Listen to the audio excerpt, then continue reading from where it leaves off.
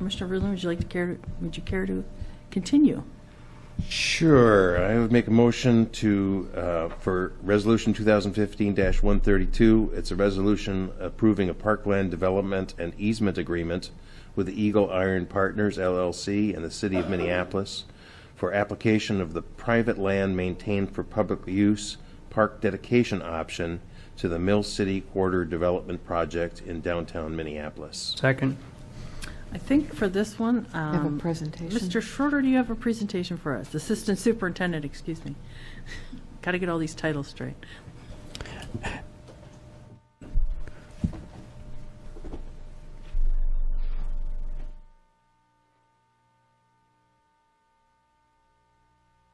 President Walensky and members of the board, I'll walk through the first part fairly quickly, just so that people who are watching understand the process we're going through, because this is the first time that the board will consider a private land maintained for public use option, and it's an important consideration as we move through this.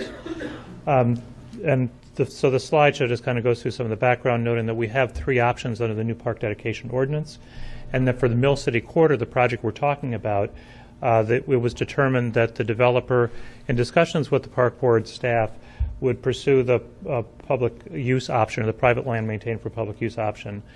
As a reference, and this is a little different than what was in the board action from August, the permit, or the park dedication fee would be, it's actually $61,400. I received the actual calculation from the city this afternoon. In the August 6th board action, I think it referenced $225,000. Because of the affordable nature of the projects, the amount of the fee is considerably less.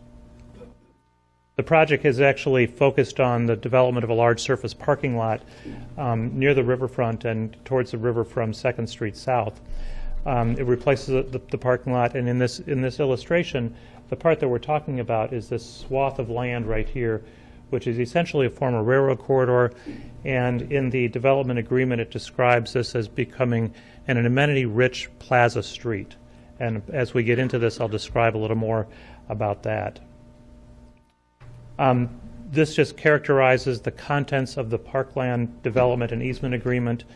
And as we see these come forward, we imagine they'll be very similar. It includes a project description. On the boundaries of the easement, in this case, it's reflecting what we'll call the Woonerf. It describes the ordinances used and the Woonerf improvements, a schedule, and there are several attachments that become important that we can reference. When staff looks at this, Council Rice has looked at this extensively as well. We're looking at it and trying to determine whether the improvements align with the Woonerf description from the easement agreement, where it says it'll be designed as an amenity-rich plaza street that accommodates automobiles, pedestrians, and bicycles without impairing reasonable access to the owners, occupants, and users of the adjacent buildings. It essentially provides a bicycle and pedestrian connection from 2nd Street South through the property to the riverfront. It also provides for public parking on a fee-for-use basis that will be available after business hours and on weekends to anyone in the area, including park users. It's important to recognize this is perpetual. This easement runs with the land, and so any benefits that we describe would be available to park users without regard for changes to the adjacent development. There's no date on this drawing that was provided by Eagle Iron Partners, the development partnership for the Mill City Quarter, but I believe this dates back to June of 2014. And this becomes important as we look at the qualities of the space they're trying to develop. This was what they called the Landscape Visioning Board. There are actually two versions of this, both very similar, both containing a lot of the same imagery. But this became important in our evaluation of the proposed development relative to the description that was contained in the easement agreement. When we look at the development, the Mill City Quarter actually is composed of two projects. There's a Phase 1 and a Phase 2. There's the River West condos and Mill Place that are both adjacent to this as well. The Woonerf is essentially this strip of land that runs through the middle.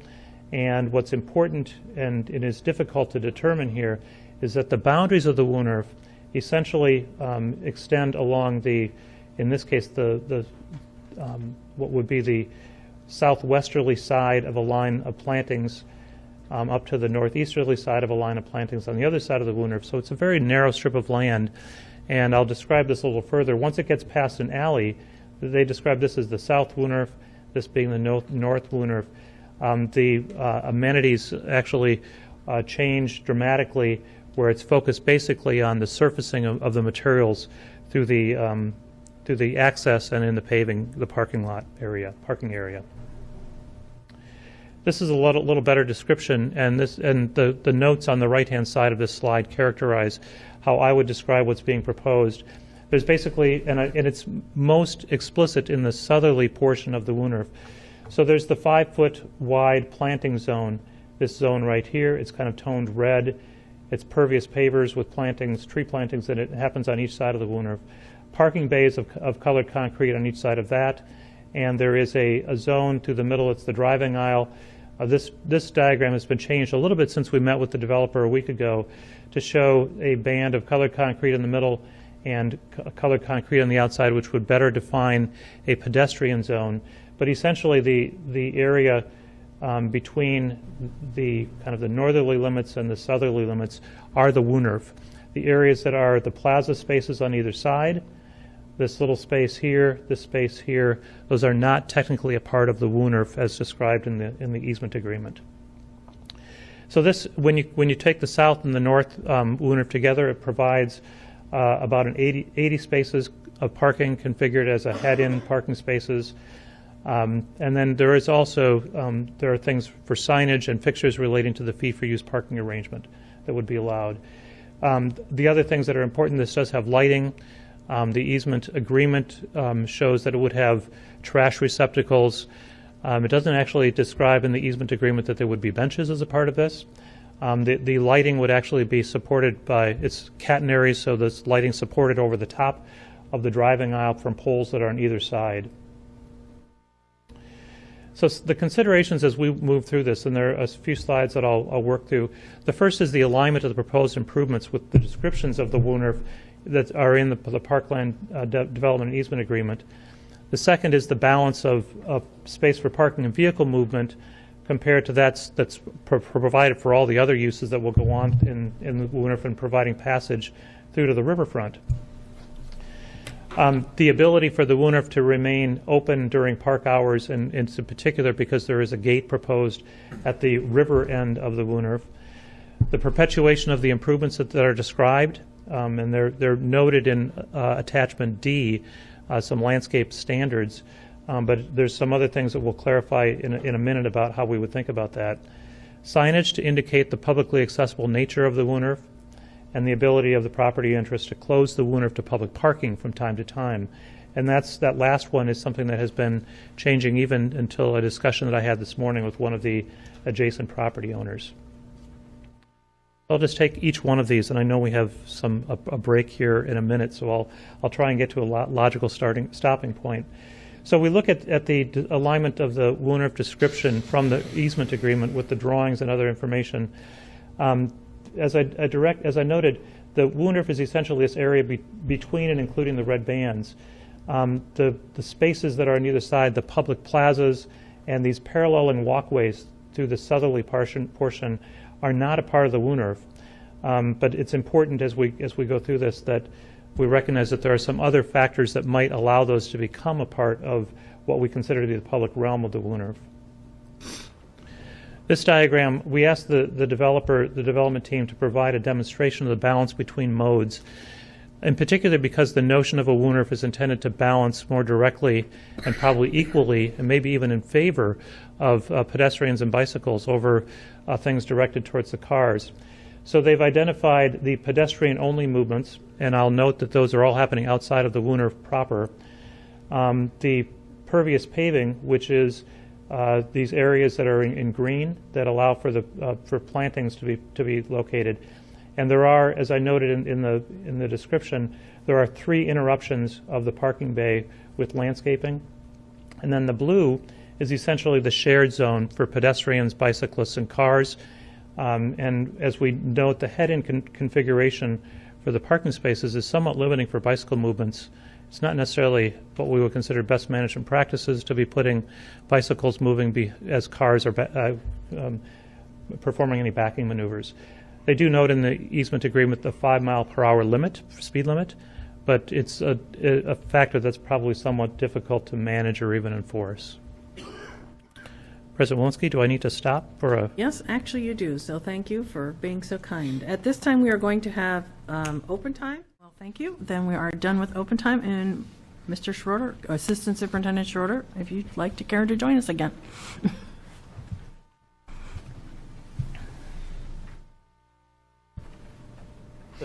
The passage through the Woonerf becomes important because there's a gate that would control access at one end, and the agreement allows that gate to be closed during non-park hours. The agreement also stipulates a provision for a gate open analysis to be performed with certain metrics that would allow the gate to be open for periods longer than the park hours. The perpetuation of improvements is important. As we look at the illustrations and the drawings and compare that to Attachment D, we have some concerns about how, in particular, the landscape would be perpetuated. The trees that are shown are planted in a 5-foot wide pervious paver zone. There are some plantings in parking bays, in spaces between the parking bays, with no demonstrated protection of those plantings. And we would want to make certain that if these plans are approved, that the replacement of the landscape that might be damaged or the surface improvements or any streetscape features actually happen in a way that's reasonably prompt. The maintenance standards describe the practices for maintaining the improvements, but they don't actually say how quickly they be repaired or replaced if there is damage. Signage becomes important because without any other indication, no one would know this is actually a public passage through to the riverfront. The agreement allows us to indicate a designated public pedestrian and bicycle route. It requires that the improvements be defined and implemented by the park board. We actually believe that for the integrity of the design of the Woonerf, that it would be in the interests of both the park board and the developer to work together on signage to create something that's a little more fitting, perhaps, and reflective of the character of the other Woonerf improvements. But instead of having it be solely the responsibility of the park board, that should be implemented at the beginning of this by the developer as a part of the agreement. And I think lastly, the closing of the Woonerf to parking. This was a piece that was added to the agreement, I believe it was last Thursday. And Council Rice and I have been talking about this, and he's actually had more discussions. I had a discussion with, I think, the owner, with one of the representatives from Mill Place, the project closest to the river, and have now a better understanding of what they're looking for. When we first read through this, we believed that they would, and we were told that there might be some events, like a national night out, where the entire Woonerf would be closed, and we thought that would actually be a great use of this land to provide some public activities that would provide a place for activities, but still allow passage of pedestrians and bicycles through the Woonerf when those activities are going on. In the discussion that I had this morning with Mr. Coopertz from Mill Place, it's my understanding that the closure of parking spaces to the public was actually far more limited than an entire closure of the Woonerf. He's talking that perhaps as few as 25 of the parking spaces, 25 of the 70 or 80 parking spaces would be closed. His limitation is that as a property owner, he can't tell us for certain when his tenants will be having that kind of an event. It would seem reasonable that we would have more than 24 hours notice, and I think as Council Rice has been talking with the city attorney and perhaps with the developer, we have come to the conclusion that 7 days notice would be fair, and there may be limited instances where only 24 hours notice would be provided. Our interest there is in simply providing notice to the public that parking that they might have come to be accustomed to for accessing the river wouldn't be available, and we could post that on a website. This is just a further discussion about the closing of the Woonerf. But it's important that the provision in the easement agreement allows for the passage of bicycles and pedestrians through this space, even in the event that the Woonerf would be closed to parking. So I thought I would just stop there, see if there are questions. Commissioner Irwin. Thanks, President Walensky. So just to be clear, all the parking spaces that we see are public, since it's in what would be considered a public park? Well, it's actually, Commissioner Irwin, it's an easement. So how that's actually described as a public park, I'm not certain. But it is the parking spaces during the day would benefit the property owners there. So during business hours, they're used by tenants of I believe, largely of Mill Place. After hours and on weekends, those have become fee-for-use parking. So after hours is 5 o'clock? I think they stipulate 6 p.m. 6. Okay. The second thing is, does the city have any role in approving this? We haven't done this particular thing before, so are we going to be talking with the city about this? We'll defer to Council Rice. Madam President, Commissioner Irwin, this is a joint agreement between the city, the park board, and all the developers. So this will have to be approved by the city council as well. Okay. And the third question is, we haven't voted on this before, but since it's a permanent easement addition, do we need a 6-vote majority? And my sense is that that would be the case since it's a permanent easement addition, and that we would need a roll call. I think you're correct, Commissioner Irwin, but I'll check the charter, the new charter. Okay, thanks. Mr. Bourne. Thank you, President Walensky. So just to clarify, the amount that they would have to pay if we didn't have this agreement is pretty close to the amount that they're investing in this project, or? President Walensky, Commissioner Bourne, the amount for if you're asking for the amount of the park dedication fee, if they were Correct. doing that, it's $61,400 based on information I received from Development Services Department this afternoon. And do we have an estimate for, and this looks like more than a $64,000 or $61,000 project? Commissioner Bourne, we haven't done that calculation. When we look at this in terms of providing parking, if that was the baseline, there's a cost for that. They've added some enhancements with landscaping and maybe some enhanced surfacing. Okay. We haven't looked at that in particular, but we would start with the baseline being essentially this strip of land that would accommodate parking with lighting and probably other more limited amenities. Is there any place else geographically that we can spend this if we chose not to approve this? Commissioner Bourne, we have an idea that we could spend the park dedication dollars that would be received from this in an area surrounding, I believe it's a half mile from the project site. I guess I'm just not as familiar with downtown geography. Does that reach into any other neighborhood parks? It might reach. I can't, Commissioner Bourne, I can't tell you for certain. It's right next to the Yeah. Central Riverfront Regional Park. So. But not a neighborhood So- park, as the question was asked. Oh, no, thank you. On the closing off of the public parking, and they need to give 7 days, is there any limit to how many of those they can do in a certain period of time, or where you're just proposing we need to have a 7-day notice? Commissioner Bourne, it's not specified in the easement the number of times they could close Okay. at the Woonerf. Okay.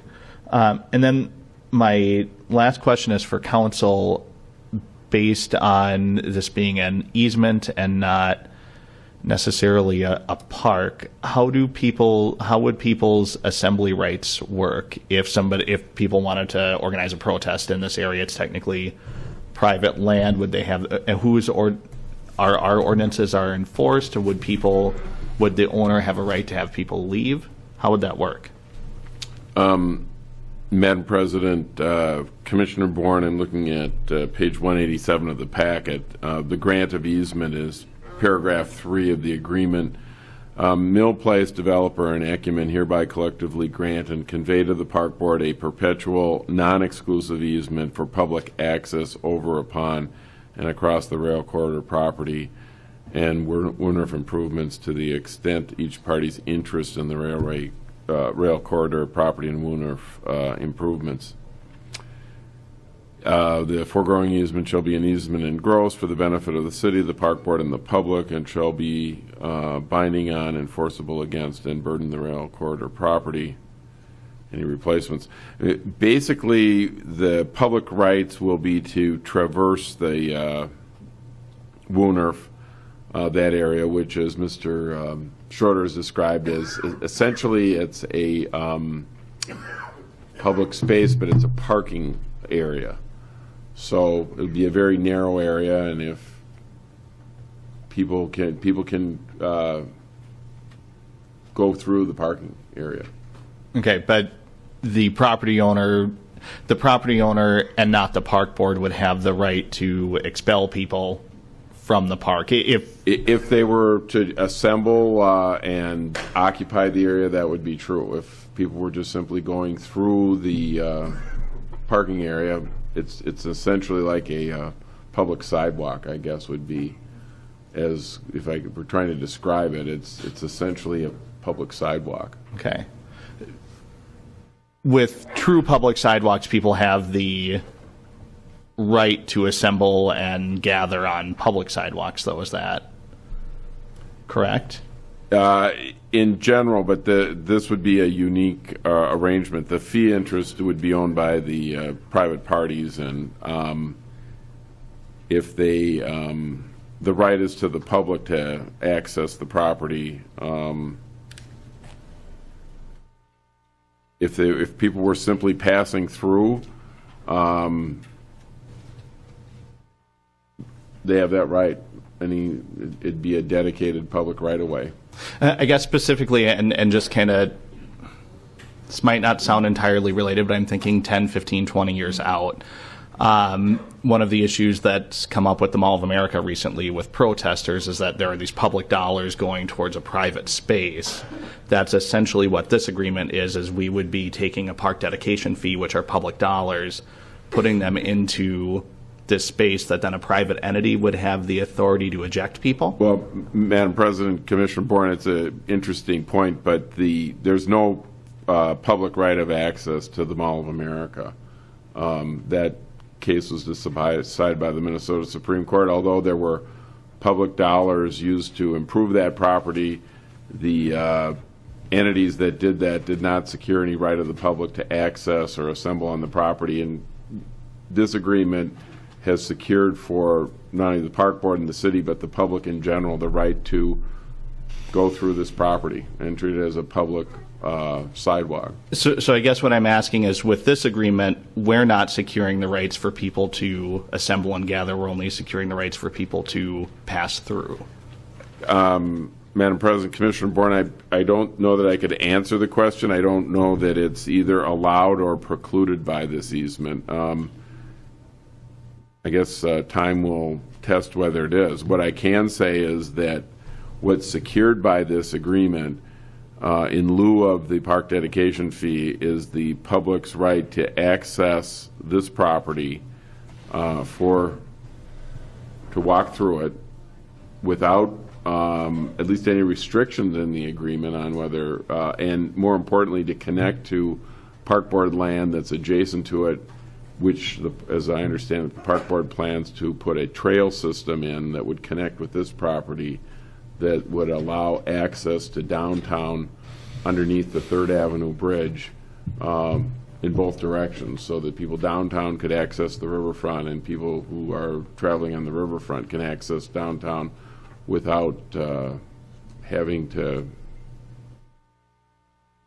really, which the only other access is 4th Avenue, I believe 4th Street. I'm sorry to belabor this, and I'm still not fully sure that I understand, but this is the first time we've done something like this, and we'll be opening up the gates certainly to do more in the future.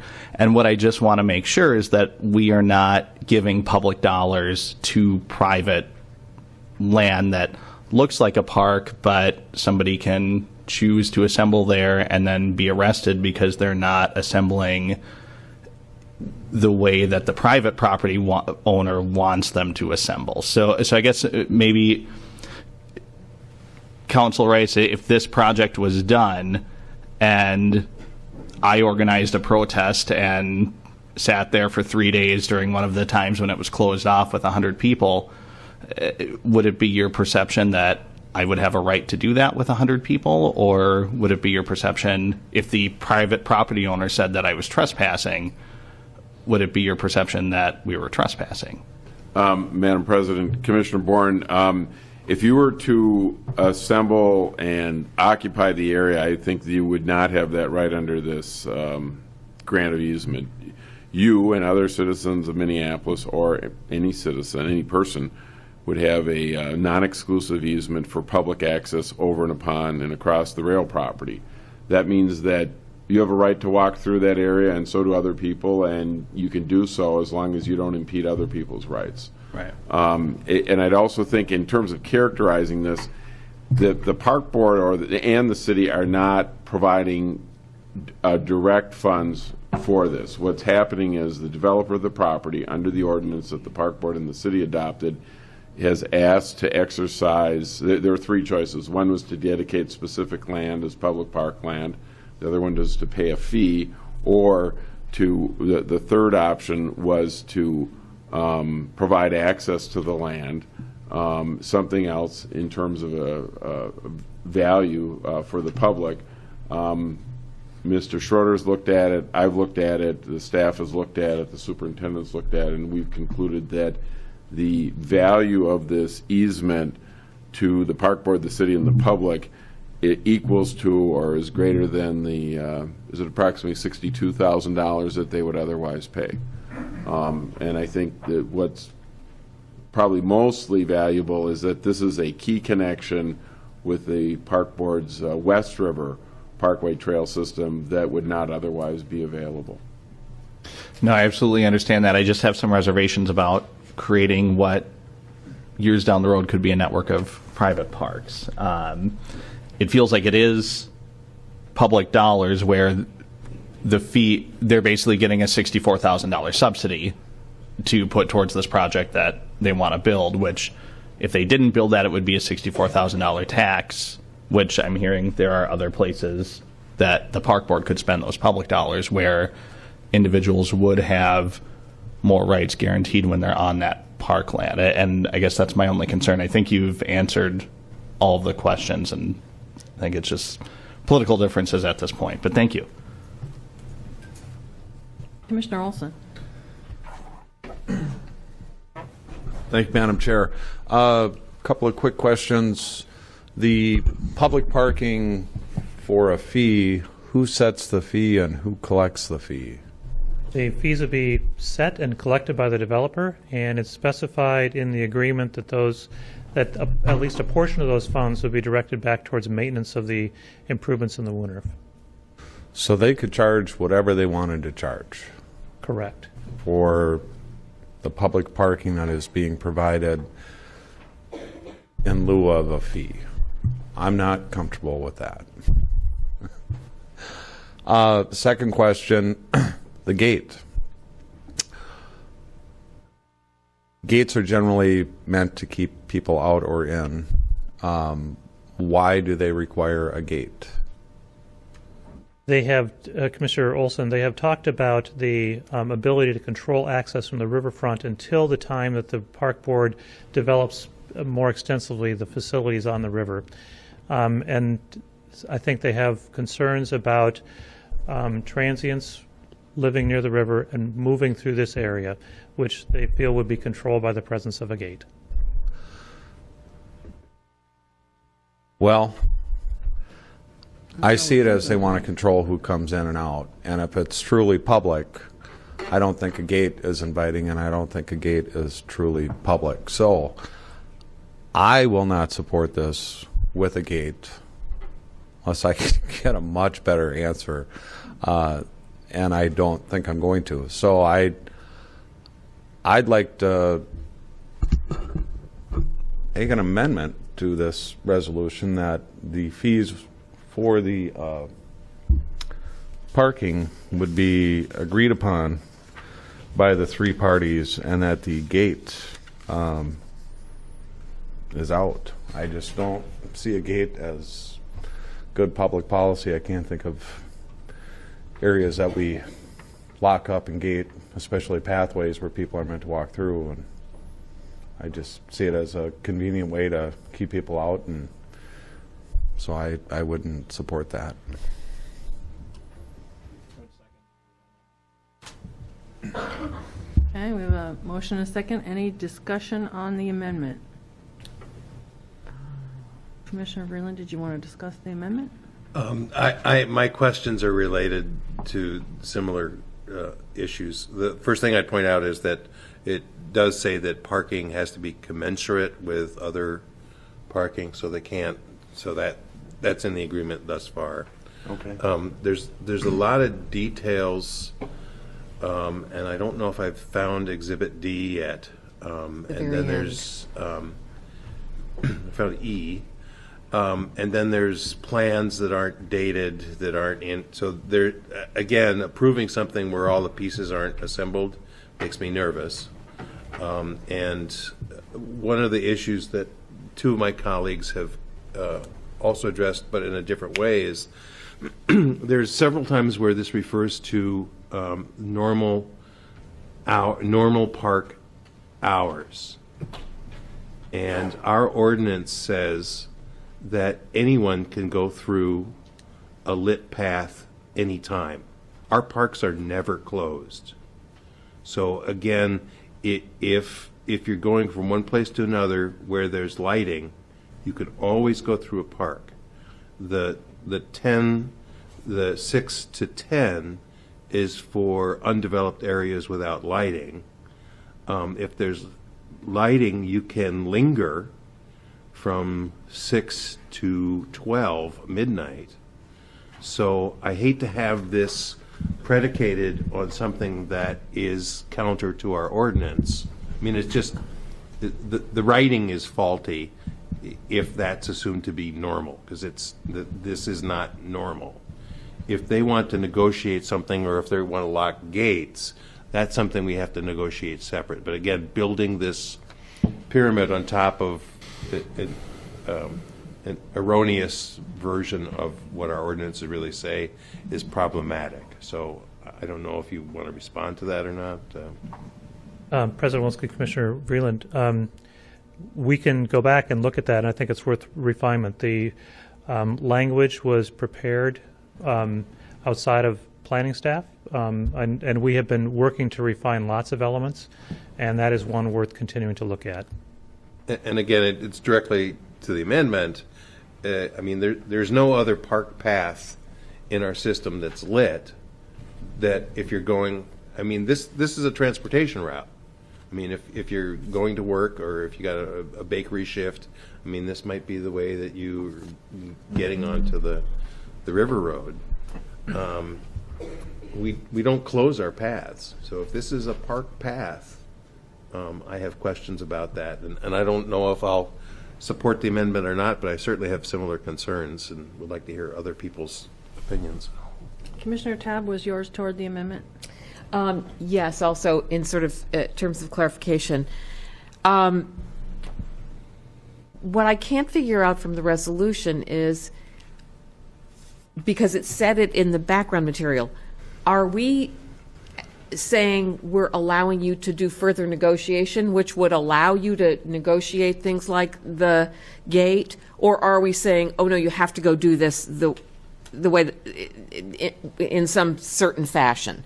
And that's where I guess my confusion is. So I'm not sure how carved in stone all of this is. President Walensky and Commissioner Tabb, and I think Council Rice may weigh in on this too. We do have the second part of this resolution that directs staff and legal counsel to work with the developer to make refinements to this, because we recognize, even as this was being brought forward, at the urging of the developer to try and get it approved by tonight's meeting, that there were still things that were not wholly resolved. So it is moving forward quickly, and we knew there were things that, had we had more time, we would have brought more resolution to it and had more finite answers for the design and some of the other operational parameters. So we could approve your ability to continue negotiating and list as some of the points the gate, those kinds of items, so that you know what our concerns are, is what I'm hearing. Okay, thanks. Commissioner Forney, is yours toward the amendment? Commissioner Irwin? Yes. So just for clarification, the outer boundaries of the Woonerf include the parking? The Woonerf includes, if I could just work from the center out, it's the driving aisle, Yep. the parking bays, and the 5-foot wide planting zone. And as you move to the north portion of the Woonerf, it includes these areas that are kind of peripheral here, which are actually loading dock Well, areas that for Mill Place. changes things quite a bit for me because, frankly, if that is park board right-of-way easement and so forth, I don't think we should be even negotiating with the city. That's, frankly, park board easement rights, and the park board should be establishing the parking costs and the fees associated with that like we have anywhere else. I don't think, I mean, this is our easement, and if we have parking on our easement, it follows that. And to Commissioner Bourne's concerns, and I agree with them, I think that given this is a park easement, all park board policies and provisions should apply. And so that includes what Commissioner Vreeland said, the right to be able to walk through until a certain point in time. But that also would include things such as the noise ordinance and other issues around any time people use park board land. So I think we need to be careful with this because this is our first one, but I think we need to be clear that if this is an easement for park use, our policies apply. And in fact, Are you referring to ordinances or policies? both.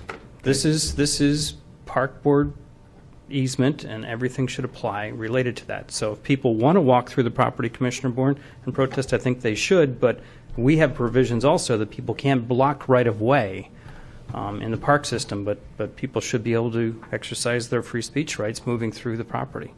So the whole issue, I think, can be dealt with, council, if it's just explicit that park board policies and ordinances apply on this property. Madam President, Go ahead, Council Rice. I think as the board considers this matter, you need to frame exactly what we're getting here. The choice that you have is either to collect the park dedication fee that would work out to be approximately $60,000 and weigh that against, does having access through this park, this property, just access to connect to a trail system, what is the benefit of that? The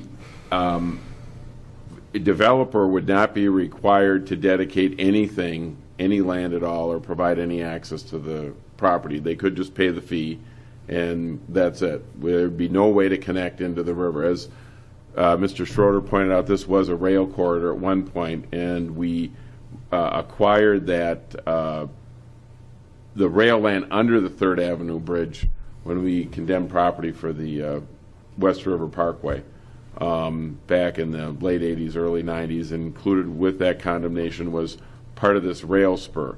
The developers on the other side of the 3rd Avenue Bridge, property owners that are signatories to this agreement, either individually or collectively own the rail corridor spur that connects with 2nd Street. Mr. Chamberlain worked on this primarily and reached some kind of general agreement on this with those developers, and he saw the strategic value of allowing this connection to occur.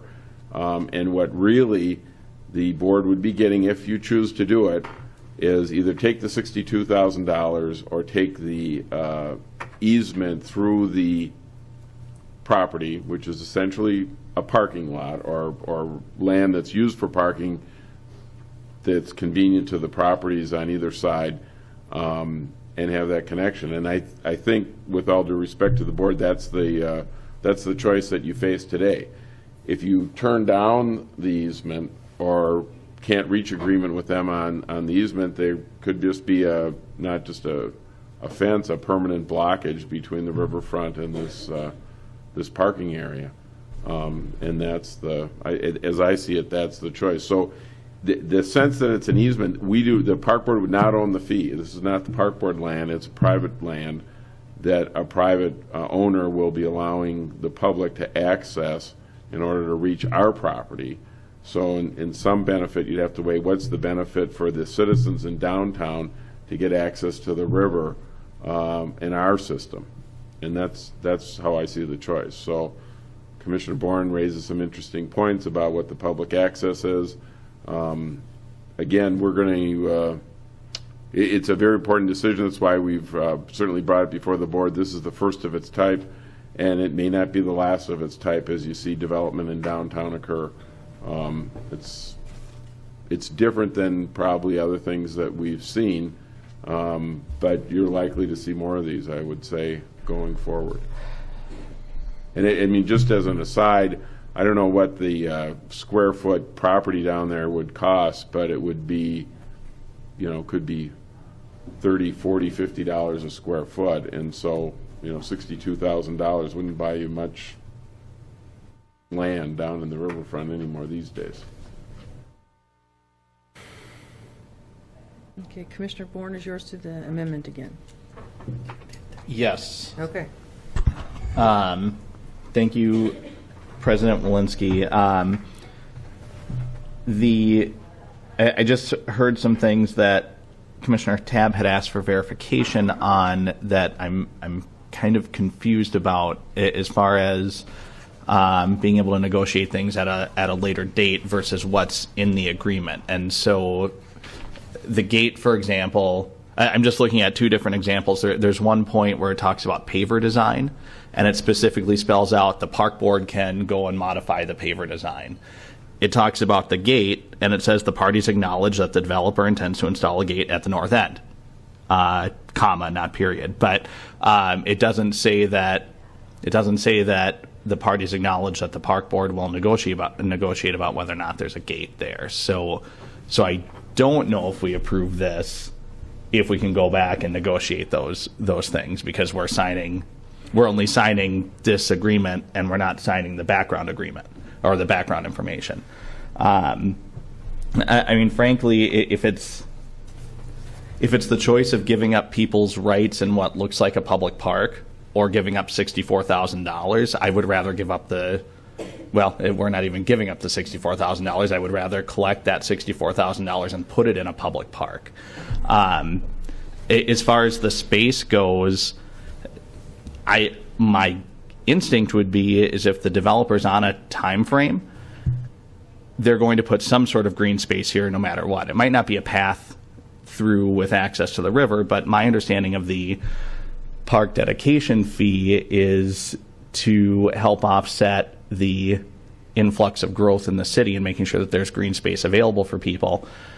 I'm assuming that this gap right here, if the park board chooses not to agree to this, is still going to be green. It might be fenced off and for the residents there, but then they're still having their green space met. So I just really want to make sure that everybody has the same, if we're going to treat this like a public park, everybody has the same rights as they would at Lake Calhoun. If that's because people are going to be perceiving that this is a public park. And I just don't want to run into that issue that we're giving what would be a $64,000 public subsidy for a private space that looks public. I just don't want to go down that route with the park board. President Walensky, Commissioner Bourne, I would like to respond to one thing. I believe that if this is not developed as through the easement as described here, the developer would likely still develop it as parking and not as green space.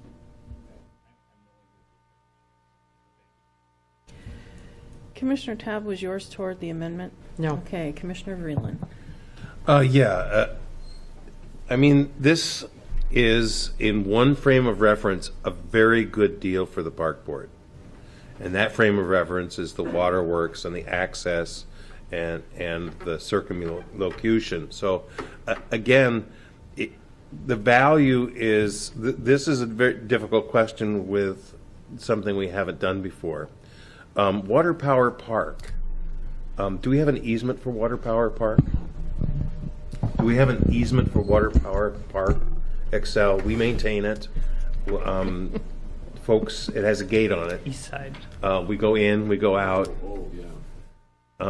Again, this is. We have an agreement that, excuse me. So, I mean, this may be, I mean, I tend to be pragmatic. I mean, there is a greater loss than $62,000 if we don't have this as an access to waterwork. So this is an important feature of the Central Riverfront, and I don't want to. I mean, we're talking about issues that we all care about, but this is an important piece of a larger puzzle. And so we're debating about whether we can negotiate deals where sometimes access is important enough for us to negotiate like this. And we do have we do have parks that have sometime access that we don't control. So it's not unprecedented. Time is of the essence for this. Why? President Walensky, Commissioner Vreeland, this was characterized to us in a meeting last week by the developer that they needed to move ahead. It was not our intention to move ahead this quickly. It was the developer's intention to bring it to you tonight, knowing that there were these things from our perspective, knowing that there were things that needed to be resolved. And in a way, that's why these resolutions are brought forward, with some ability for staff and legal counsel to continue to negotiate to achieve the resolutions that you might bring to us tonight. And again, I'm trying to figure out Commissioner Olson's amendment, and so I don't know if that helps you negotiate or not negotiate, but it's certainly at the heart of the issue is how public this is. I also have a question for Council Rice. The way that our ordinance is written with the City of Minneapolis, number 2 in F in this contract, it says in the recitals, land facilities and improvements accepted must be accessible to the public in a manner similar to public land. Otherwise, it's not eligible as an expense. So unless we can say that this is similar, I mean, you'll have to define similar to us. I mean, well, Madam President, Commissioner, I'd say yes, that's, as I tried to describe it as best as I can, basically it's putting the equivalent of a public sidewalk or right-of-way through private property to tie into the public street on one end and the public trail system on the other end. so it's sufficiently similar to a public park so that this ordinance is applicable.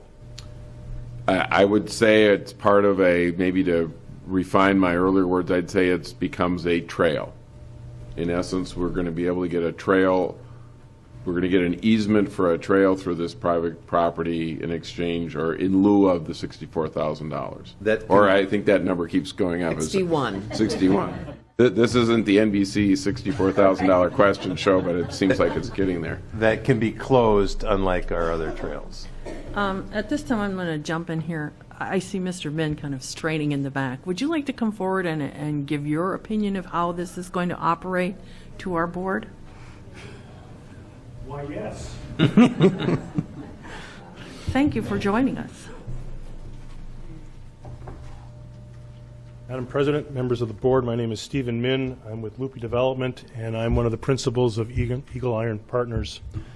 Also in the room is my partner John Wall and Matt McNeil with Ecumen. They together bringing forward a 300-unit project with 150 affordable workforce housing units, 100 units of independent senior living, and 50 memory care units on this property. I don't know how we got so far down the field in this debate, but I'd like to take a step back and talk to you a little bit about how Bruce Chamberlain and I came up with this idea about 9 months ago. You folks needed parking and an access to waterworks, and we had a trail that we wanted to put amenities in and connect to a public trail. And Bruce and I thought that was a good marriage of common interest. What we said to Bruce at the time was, it's private property, it's going to stay private property. We're paying for the $500,000 of amenities that are going into it, not $62,000, $500,000, plus the $200,000 that the watershed district hopefully gives to us, so we can put it all in pavers, so it's completely impervious. We have a 90% total dissolved solids stormwater plan system in this Woonerf, which exceeds any standard that the state of the city has. and which will be a model for the state, how 3 private parties and a public entity work together to demonstrate how stormwater can be managed on site. And the only ask that we have is that the guy who owns the land is not John or Matt or myself. It's this guy up here at Mill Place who only wants an access point to the river as long as he has 75 parking spaces. He owns the land. So if you think about the incredulity of putting the deal together like this, we went to a third party and said, we'd like your permission to have an easement on your land. We'll put amenities on it and get a park trail easement over it so it can access the river. What do you think? You know how many times people would jump at that kind of a deal? 0. This is a very unique opportunity. We need a gate because under the First Street Bridge, there is currently a gate. And if there wasn't a gate, the bums who sleep under there would be on our private property.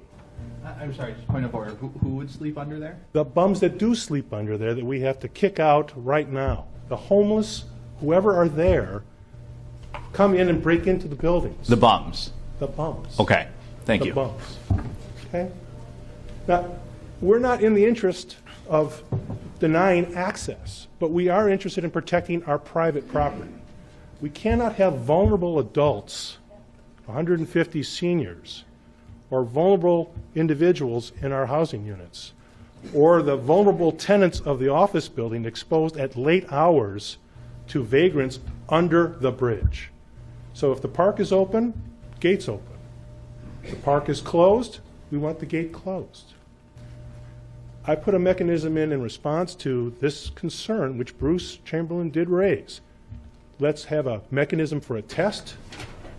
If we are comfortable that you folks can provide security for the area, lighting, whatever comes off the trail, we don't manage. We can only manage what's in the Woonerf. And Bruce and I agreed we would have a test mechanism. We'd allow it to happen recurrently throughout the perpetuity of this agreement. And if you meet the standards, we'll open the gate. We just want to protect our property. And Commissioner Bourne, I'm sorry, but this is going to be like the Mall of America. If you're not walking through the Woonerf onto the park property, it's private property. I don't want to tell you it's something it isn't going to be. It's not for loitering. It's a bike path. It's a walking path. It's $500,000 of landscape and stormwater management amenities that I would hope the public would like. We think it's going to be exciting. We modeled it off of a Dutch Woonerf. We've designed our buildings, both Phase 1 and Phase 2, to address the Woonerf as a street edge. We've got active cafe, open to the public, and patio space. We will not accept a negotiation like this. I'm sorry. I know you want to raise your public interest issues in a forum that is respectful, but this isn't respectful to how we have negotiated with your staff.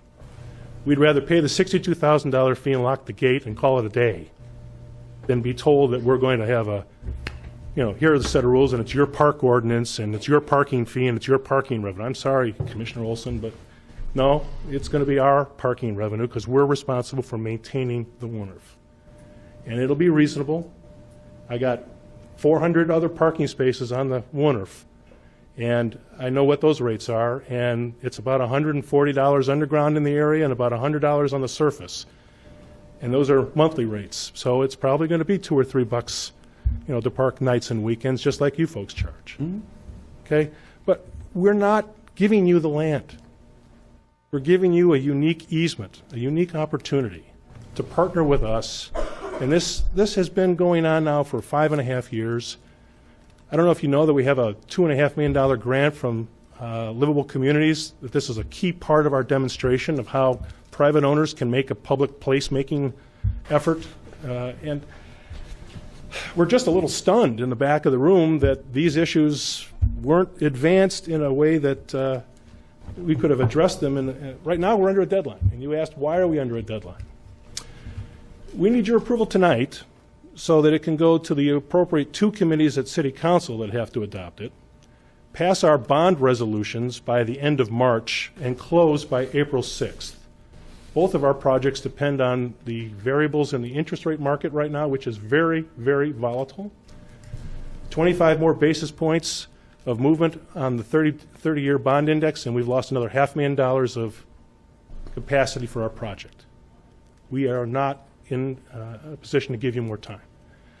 But we thought we gave you enough mechanisms in the document that Mr. Schroeder can make some adjustments to the paver design if he needs to.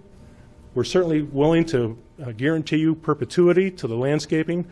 We're existing property owners here in town, quality operators of property. We invite you to come take a look at any of the properties that we own. We're very proud of what we do here. And I just don't think you're going to lose by letting us invest this easement with you folks. Your $62,000 dedicated fee, we'd be actually happy to pay if we can't come to some working agreement. I'll be happy to take questions. Commissioner Olson, I see you would like to ask questions. Thank you, Madam President. Mr. Min, first let me say I am familiar with developments you've done, and I think they're fantastic. Thank you. I've known you for a long time. I'm pleased to see this development. I like a lot of the aspects of what you have going on here as far as who you're serving and who's going to be living there. I think it's wonderful that there's going to be opportunities for so many people to have a place they can call home right by the river. When it comes to this proposal, I believe it's a benefit for your residents as well to have a path and access to the river. Would I be correct in assuming that? Yes. Okay.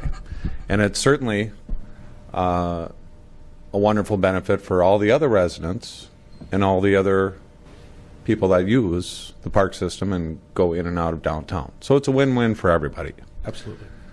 My concern on the parking, and I appreciate your comments, my intention was not that we would set the rate, but in other agreements that we have with operators, we discuss fees or what they're going to charge. I can't recall a single time that we've told an operator, well, you can't charge $14 for fish. It's a mechanism so that people don't go in and take advantage of a spot like this. Now, I'm happy to hear that there's so much more parking around this, so I think that kind of solves that you really can't charge that much more for the parking, even if you wanted to. Nobody parked there. As far as the gate issue, while I certainly sympathize with your position of trying to assure that you have safety for your residents and the people that work there, I assume this gate would be locked. And who would have keys to that gate? Would all the residents have keys to the gate so that they could go in and out as they chose to at any certain time through that gate? Would it just be a maintenance person, security people? I mean, who has that even been determined or a thought? Madam President, Commissioner Olson, it has. We have our basic operating plan that underlies this easement is a very complicated cross-easement document between Ecumen, our property, Mill City Quarter, and Mill Place. We have a almost 40-page document controlling how we manage the Woonerf, including maintenance, dedication of the storm fees, and the parking fees. Providing for that operation would be the job of a night watchman, part of the structure that we would have in place. And it's because of our own experience with dealing with vagrants at other properties that we know we have to have a mechanism that if it's a problem, we have to deal with it. But we'd prefer that it be open. We just don't want to invite and not have a mechanism for solving the problem. And unfortunately, under First Street Bridge is city property, and then beyond First Street is Park Board property. We don't control what comes up your future trail. If it's well lit and the Park Board police are there and it's properly patrolled, we'd love to have the gate open. And that agreement you have has that mechanism in place to do that. There's a test period. If it proves out, then it stays open. If it becomes a problem, there's a mechanism for highlighting that it's a problem. We go back and rework it. So, yes, we think this is a great partnership. And yes, we are marketing it. But the reality is you're getting 1/10 of the value in terms of setting aside the park dedication fee. I mean, you know, And we're getting the value of being able to say it's a connection to the river. And I don't dispute that. Okay. I appreciate the investment, and I appreciate the thought and the design. I think it's very creative. I'm happy to see something a little out of the box come forward for downtown that is really trying to encourage pedestrian traffic and bike traffic and people gathering and outdoor cafe type things, and those. I think it's fantastic. I really, really do. There's so many things I love about this project. It's just the principle on the access is really what it comes down to, and so I guess if there's assurances that it's open from 6 a.m. to midnight, and it's closed from midnight to 6 a.m., and if there's no problems down the road, it gets open 24/7. That would be great, and I would assume that any events that you were going to have that you wanted to close the parking areas, you would probably post that more than 24 hours in advance on site, no less, as most places do. If they've got an event coming up, you kind of like to advertise it too and say, oh, by the way, on 10 days we're having this event, the parking's going to be closed, but please come down for the event anyways and enjoy or whatever, those types of things. So you've addressed some of my concerns with your comments, and I appreciate that. Thank you. Other questions? Before I call on anyone else, thanks for coming up, Mr. Min. We have a 6:30 time certain public hearing on the Worth Park Master Plan. So, Commissioner Irwin, if your question will take 2 minutes or less, you may ask it. Quick question. So, would you entertain the idea of not having a gate and then putting a gate in if there's a problem, rather than assuming there's going to be a problem before you put the gate, or you put the gate up first? Madam President, Commissioner Irwin, I think our document has been well-crafted and thoughtfully gives you the tools. We're going to be completed before you are with your trail, almost 2 years before your trail. I won't say that we would like to change the document at this point, because we don't. We'd like to move on and get our projects in the ground. But in the 2 years between now and then, if we feel that you folks have done a really good job about making the connection really open and safe and well-lit, we would be open to amending the agreement rather than changing the language now. Right now, Mr. Kupritz from Mill Place has given us the boundaries which we can agree to. And now, so I am not even in power to change the document. His easement to us, which we now give to you, has that constraint in it. I cannot change it today. I can't even agree with you if I wanted to. And I'm sorry for that. Okay, well, before we continue on, we're going to recess this conversation to go to the Planning Committee.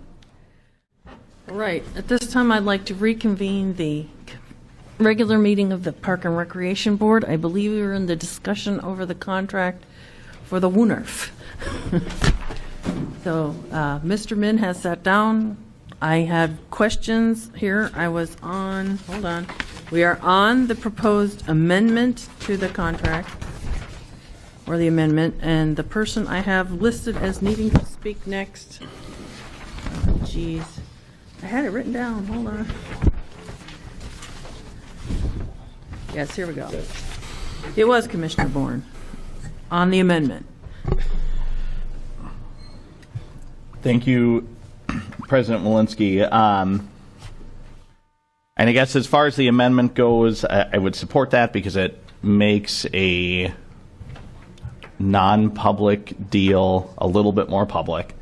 But I do have, I think the developer answered all the questions that I needed answered. The developer said that they would rather, if I'm not misunderstanding it, said that they would rather pay that $61,000 in tax than work to make this green space that will look public to people, to make it public. Use the examples, I think, of the Mall of America, and said that it would absolutely work like that, where the developer would be able to trespass people off if they were trying to exercise First Amendment rights. I think the developer said that very clear. I'm getting a head nod. The developer stated that they really want to build this and have about $500,000 committed. And so our $64,000 for the principle of it, I'm sorry, $61,000. It does keep going up. I think the developer may still build that space anyway, and it'll be a great space. And then if that developer does want to build fences or gates to keep bums out, or to close it off to people that the developer doesn't want to be there, the developer can do that. I don't want to give a public subsidy to allow that to happen. And I don't think the rights of people in the city are worth this driveway that we would be getting when the developer wants to let us use it. So, I mean, First Amendment rights, I guess, are a special interest, and yeah, I think the developer just answered all the questions that we need on the issue. And if he wants to pay the $64,000 tax, it then becomes public money, and we can use in public parks. I think that's great, and I think it will be a good project. But I don't want to subsidize it. Thank you, Commissioner Olson. Thank you, Madam Chair.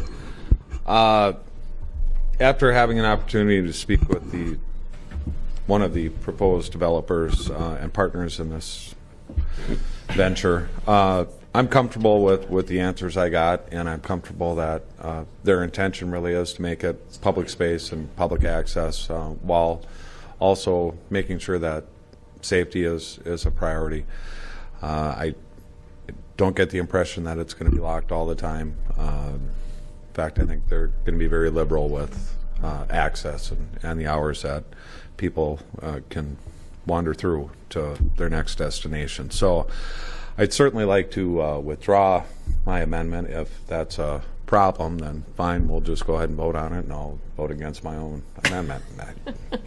According to our parliamentarian, you can't withdraw. If there are no objections from your colleagues, you can. I would object.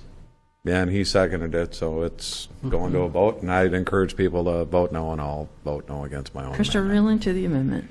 Yes. Again, I would also speak against the amendment, and this really is a good deal. I mean, it's a difficult decision, but I can count, and there are 7 of us, and it requires 6 votes. So I really encourage people to vote for this. I know it's a pragmatic oddity. For the amendment? No, not for the amendment. But again, speaking against the amendment, because if the amendment goes on, then this thing's not going to happen. Commissioner Tabb. Oh, I just have questions. Let's just vote on the amendment. Okay. Seeing no more discussion on the amendment, all in favor, please signify by saying aye. I'm going to ask for a roll call. Roll call vote, Ms. Ringgold. Commissioner Tabb? No. Commissioner Olson? No. Commissioner Forney? No. Commissioner Irwin? No. Commissioner Bourne? Aye.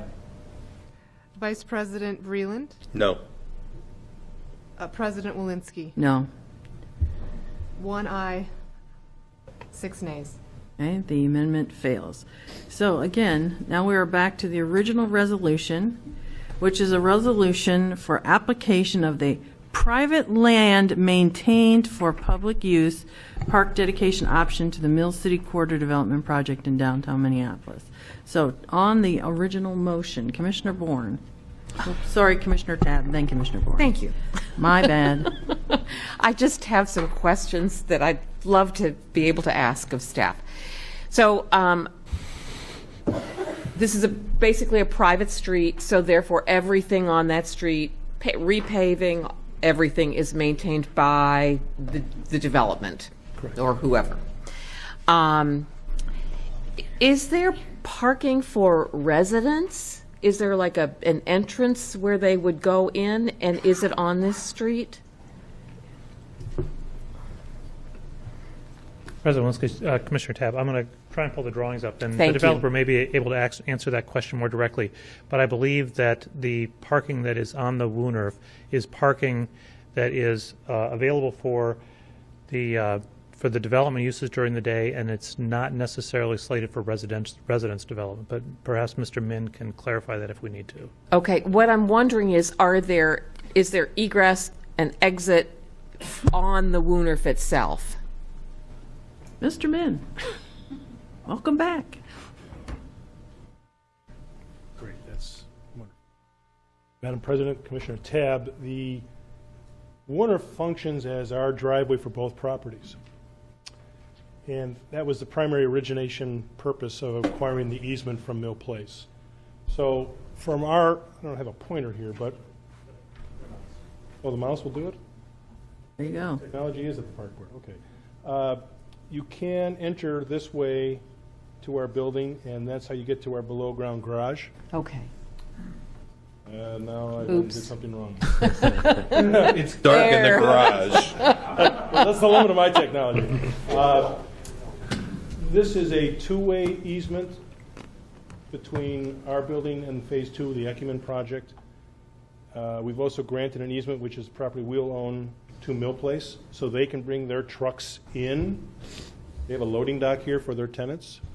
So we granted them a easement so they could bring trucks in, and then we also granted an easement to Mill Place and Ecumen to exit out this way, so semi-trucks do not enter the Woonerf. All the truck traffic is on the concrete paved alley that we're producing. That's So the- straight across. Correct. So Okay. we did that on purpose so that we would not ruin the pavers or have any kind of truck traffic along the Woonerf. So this actually has quite a bit of planning with it. All And these is the spaces- Woonerf there one way? The Woonerf is two-way, Okay. indicated by this symbol here. We are not reserving Woonerf spaces for resident use, either Phase 1 or Phase 2. We have 210 parking spaces below ground on Phase 1, 20 surface parking spaces here for our retail component. Ecumen has, I believe, 140 spaces below ground. And they have some guests, I think they've carved out a little bit on the curb here for drop-off for seniors. So then this would mainly be for visitors? It's the tenants of the Mill Place building, Got it. okay? And they depart 5:30, 6 o'clock, they're gone, and they're not there on the weekends, which is Okay. why we were able to offer this to Mr. Chamberlain and his team early on as a public amenity. Then on the construction, is there a curb or is it all flat? Madam President, Commissioner Tabb, it is curbless. It is, Okay. in the visioning statement, we emphasize a curbless design. That's where we have infiltration pavers right now in the base design. And with the watershed district's cooperation, we would upgrade the entire Woonerf area, parking and drive aisle, to pavers with their grant. But right now, we have paver infiltration and a curbless design so that all the infiltration is at the boundaries, and that's where we have our salt-compatible plant materials. There you go. So are pedestrians going to be walking then down the middle or on that little red sidewalk? I think that's red. I see it as red. Madam President, Commissioner Tabb, I have a better drawing that I provided to Mr. Schroeder. I wonder if you could help me get to the use diagram. It's not as pretty a drawing, but it does articulate. Thank you, Michael. The pedestrian walkways are these boundary pavings. That's, we think, the safe area. Technically, it's out of the boundary of the easement area, but that's where we have public walkways. Somebody could certainly walk down the center here, and part of what we've given Mr. Schroeder a license to do is when we get the paver grant, if he would like to differentiate with different colored pavers, we would be amenable to that. That's part of the agreement that we've negotiated, that he has some input on how we place all those pavers. But our main objective was that that be a bicycle path and that we allow the car movement at 5 miles per hour, and we have the pedestrians sort of on the boundary where the landscape and the lighting is. And that's why the pedestrian lighting, and it's a cannery system, is on the sidewalks. But the pedestrian piece is not within the easement. You actually can walk down the center of the Woonerf. The easement is for pedestrian and bicycle use. Okay. But we just think logically, just like the plazas are technically not in the easement area, but we're bound to build those under our planning commission obligations. These two plazas down here, this one and this one, they have benches and some artwork, hopefully, and there are going to be public spaces, just like this plaza area here, which is on another drawing, a little more artistically interesting, actually is a seating area adjacent to Ecumen's Cafe, which will be operated for public access during business hours. Okay. I just want to make sure it's okay for people to walk, since that's outside of the boundaries technically, but. If we get the pavers, and we think we will, we think the Watershed District has indicated a high interest in the outcome of the stormwater design. Our visioning statement will have been essentially fulfilled in terms of having a space that people will feel comfortable walking in. The idea is we cannot ignore that it is, in its heart, it's a curved parking lot. How do we improve a curved parking lot that we don't own, that somebody's letting us ease over and then still give same to you, was the secret sauce in which made these easements work. But the easement area that you're getting is a walkable area. Okay. And I might want to ask Michael about this. Can you give us any kind of detail on the terminus and how that intersects with the park itself? The President Walensky and Commissioner Tabb, we don't have details on how that would work yet, but as we talk about this, we know that the waterworks plan will be a central piece of this, so the connection across First Street becomes a really important piece. I don't know exactly how that interface will happen. Okay. But we know that we really need and want that, as I understand that. I know that we've always thought this connection was very, very important for the entire riverfront access. Okay, I think that's all the questions that I had. And again, I know it's not the perfect scenario. I mean, it would be lovely if we could, this could all be fronted by cafes. It's not that way, but I do know that this is something that we consider to be a very important piece of the access to the very extensive work that we're doing along the riverfront as well. So, thank you. Thank you. Commissioner Bourne. Thank you. I have some questions for staff and possibly the developer still, but on the revenue for parking, Mr. Schroeder, you had mentioned that the developer has claimed to set the prices and claim to the revenue on the parking.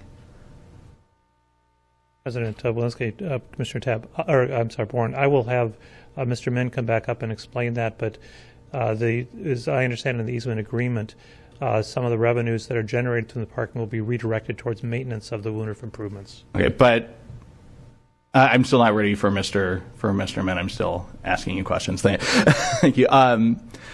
So, if there are parking restrictions in place and the revenue is through this agreement going to a private source who will then be dedicating some of it back towards maintenance, are those parking restrictions enforced by Park Board ordinance? Commissioner Bourne, are you asking if there's a violation? If somebody doesn't pay to park there, what happens? I'm going to defer that to Mr. Min as well, but I believe it wouldn't be enforced by Park Board ordinances. Okay. The council, with it being an easement, is that accurate, or do we just not know yet? Park Board property, there's an easement for access through and across the land. It's still land in private ownership. So, Mr. Min, can you describe for me how you would enforce those parking restrictions? Madam President, Commissioner Bourne, we would have a pay box system similar to what you folks use in your own parking lots, or similar to what the city of Minneapolis is now using on selected streets near downtown and environs. Probably ask folks to put a paid voucher on the dashboard. We'll probably have some enforcement mechanism to make sure that folks, for the most part, are working on the honor system. we're private property owners who understand the public dynamic. Towing someone is not in our best interest.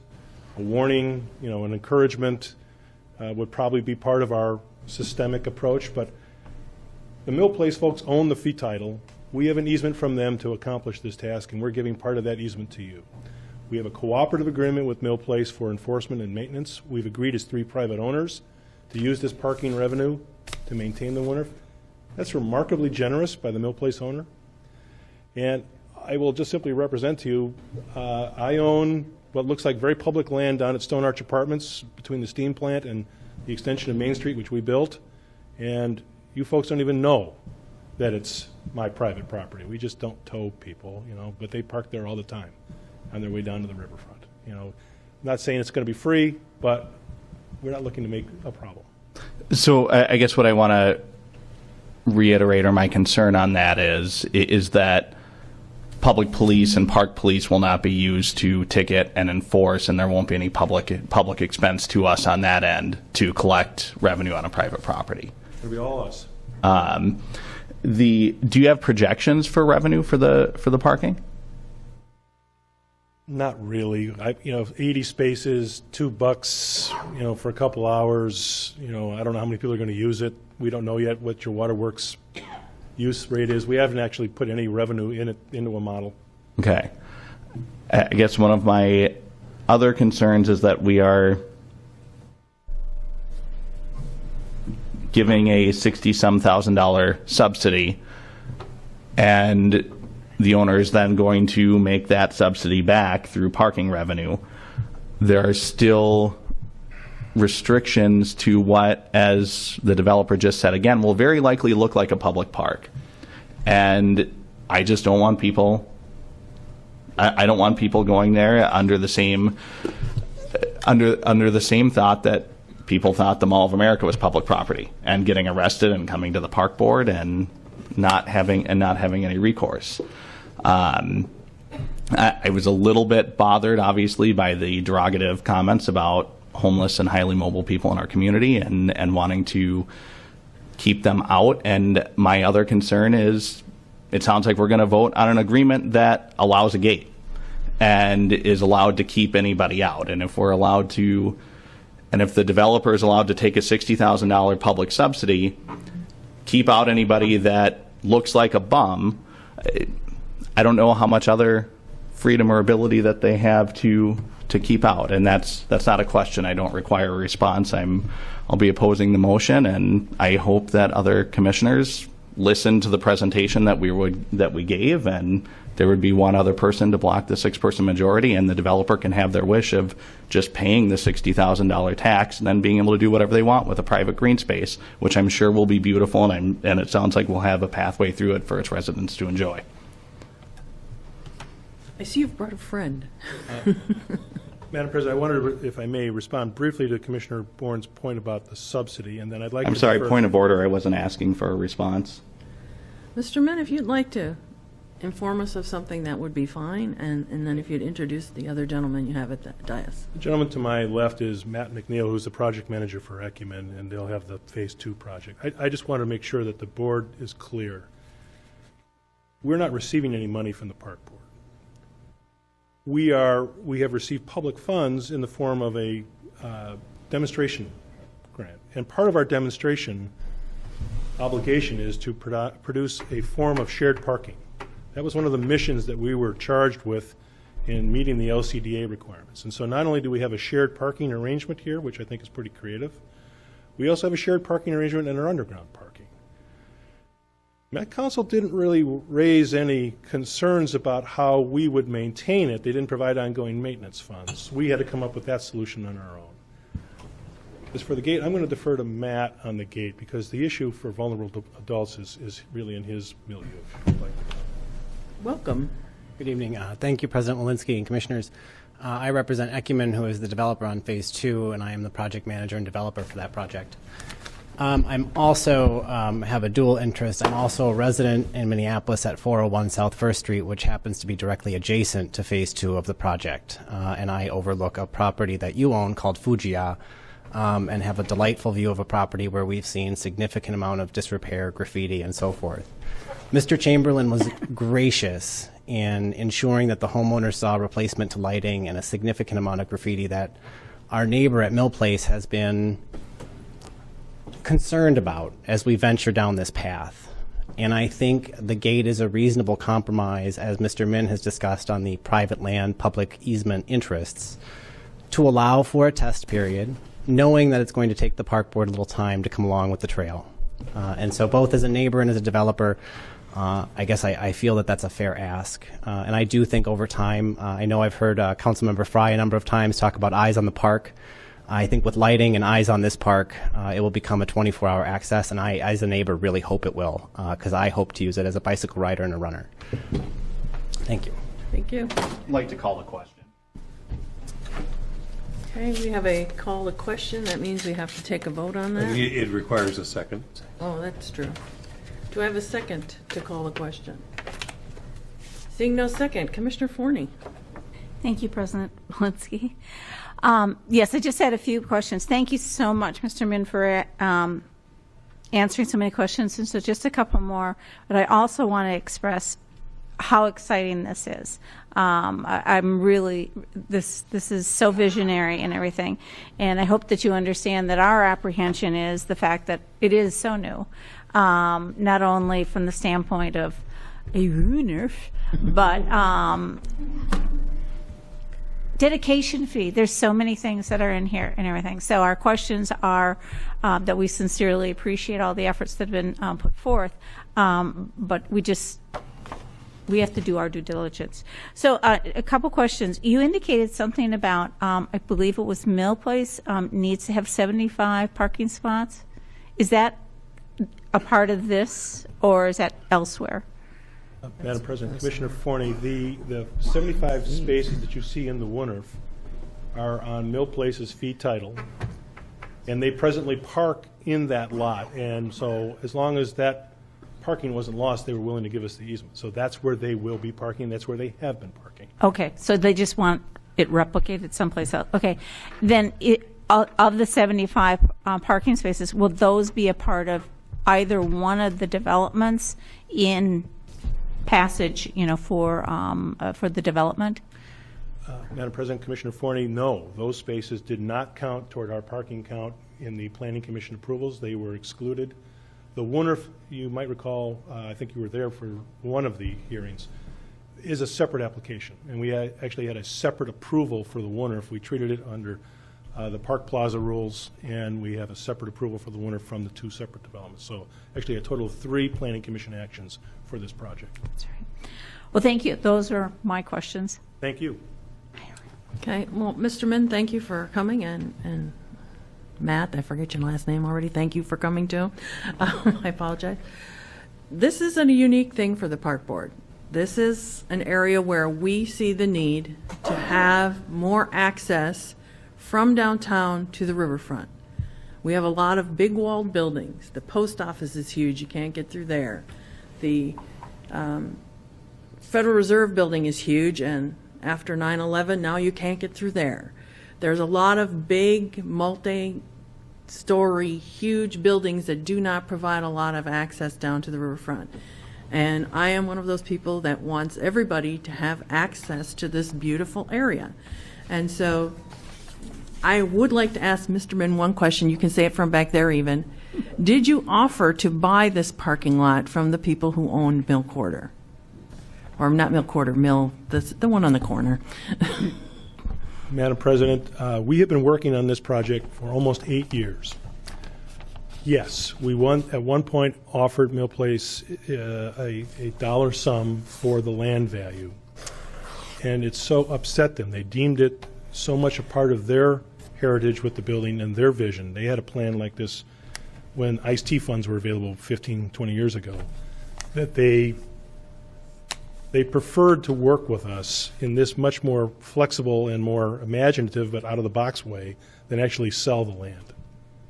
And can I ask one other question? You don't have to give me a dollar figure. Was that figure over $61,400? By a magnitude of about 10 times. Okay.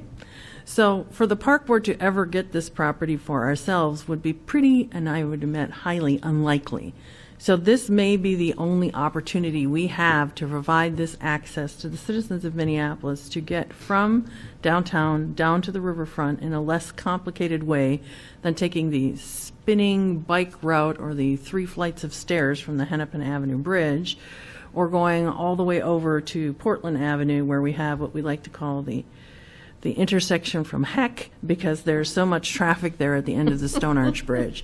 So I'm glad that we have this opportunity to provide this space, which will be for public access over private land. Again, I stress, over private land. We won't own it, but we are going to provide people a way to get down there by waiving a fee for $61,400. Also, for this great value of $61,400, we're going to have this in perpetuity, if I read the agreement properly. And do I, Mr. Rice? Thank you. So this will live long beyond us as far as having this access to the river for the people who live in Minneapolis for generations to come. And as if I recall our mission statement right, we are stewards of the parks to hold things in land and et cetera for generations to come. So I am going to be supporting this project, and I hope, with the caveats that are written in here about the gate, that once we get our portion of it done, coming up from the riverfront to the Woonerf, that gate, it will turn out that there's so many people on there all the time that it will be open on a regular basis, and the gate will become superfluous. So at this time, seeing no other lights, all in favor, and I believe we should have a roll call.